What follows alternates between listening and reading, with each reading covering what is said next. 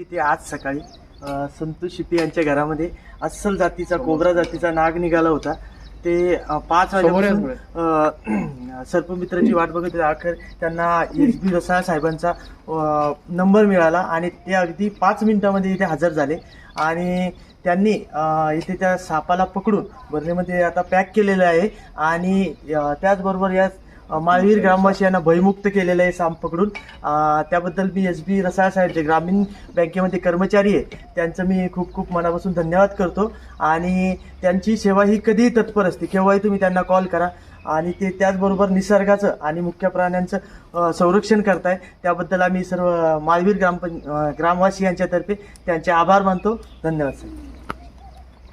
ते आज सकाळी संतोष शिपे यांच्या घरामध्ये अस्सल जातीचा कोबरा जातीचा नाग निघाला होता.